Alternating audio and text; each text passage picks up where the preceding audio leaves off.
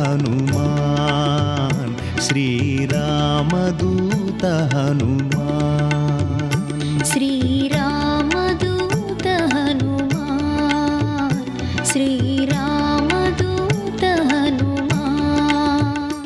ప్రారంభంలోనే నారదుడు వచ్చినప్పుడు ఆయన అడిగింది 16 గుణములు కలిగిన నరుడు ఎవరని అడిగారు. కోన్వస్మిన్ సంప్రదం లోకే గుణవాన్ కశ్చ వీర్యవాన్ ధర్మజ్ఞశ్చ కృతజ్ఞశ్చ సత్యవాక్యో దృఢవ్రతః చారిత్రేణ చ కోయుక్తః సర్వభూతేషు కోహితః విద్వాన్ కః కస్సమర్థశ్చ కశ్చైక ప్రియదర్శనః ఆత్మవాన్ కో జితక్రోధో ద్యుతిమాన్ కో ననసూయకః కస్య బిభ్యతి దేవాశ్చ జాతరోషస్య సంయుగే అని అడిగారు. కాబట్టి ఇప్పుడు 16 గుణములు పరిపూర్ణముగా కలిగినటువంటి నరుడు రాముడైతే ఆయనకి బుద్ధిని ప్రచోదనం చేసిన వాడు ఈశ్వరుడని చెప్తేనే సీతారాముల కథ మధురాతి మధురం అవుతుంది. అంటే అసలు సీతమ్మకు వస్తున్నటువంటి సమస్యకి ఏ కాలమునందు పరిష్కారం రావాలో దానికి అనువుగా ఆయన బుద్ధిని ప్రచోదనం చేసి ఉంగరం ఇచ్చి పంపించాడు. ఇప్పుడు పట్టుకొచ్చిన ఆయన చటుక్కును ఉంగరం ఇచ్చి, అమ్మ ఏమనుకోకు, నీ జాడ తెలుసుకోవడానికి వచ్చాను, నేను హనుమని, ఇదిగో ఈ ఉంగరం రాముడు ఇచ్చాడు, నీ దగ్గర ఎట్టే పెట్టుకో, నువ్వు కనపడ్డావని చెప్పేస్తాను, రాముడి దగ్గరికి వెళ్ళి తుర్రుని పారిపోయాడు అనుకోండి.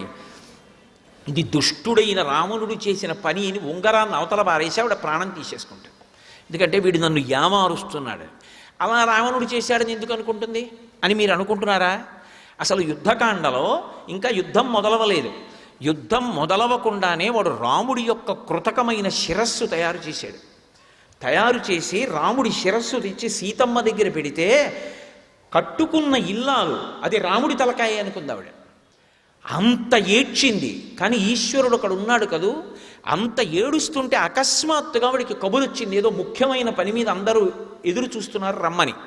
చటుక్కున వెనక్కి తిరిగిపోయాడు. తిరిగిపోవడంలో శిరస్సు అంతర్ధానం అయిపోయింది.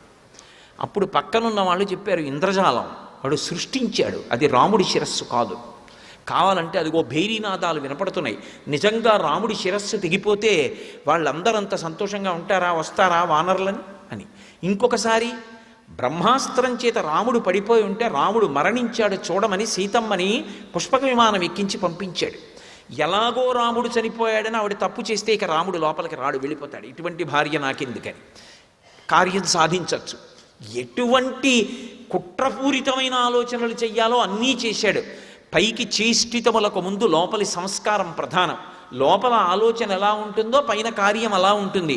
అన్ని అవలక్షణములున్నవాడు, అటువంటి దుష్టమైన ఆలోచనలు ఉన్నవాడు, అటువంటి వాడు ఒక ఉంగరాన్ని తీసుకురావడం పెద్ద గొప్ప.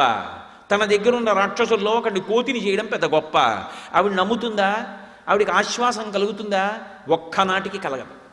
ఇప్పుడు ఆయన గుర్తించింది ఏమిటంటే ఈ తల్లికి ఉంగరం ఇవ్వడం ప్రధానం కాదు, ఉంగరం ఇవ్వడానికి ముందు మాట్లాడాలి. అసలు మాట్లాడడానికి అవకాశం ఏది? ఇప్పుడు మాట్లాడి వెళ్ళలేదనుకోండి, ఉపద్రవం ఇంకొకలా వస్తుంది. అది ఈశ్వరుడు 1000 కళ్ళతో భక్తుణ్ణి చూసుకోవడం అంటే. ధర్మాన్ని ఆయన కాపాడుకుంటాడు. సర్వం శ్రీ ఉమామహేశ్వర పరబ్రహ్మార్పణమస్తు. స్వస్తి.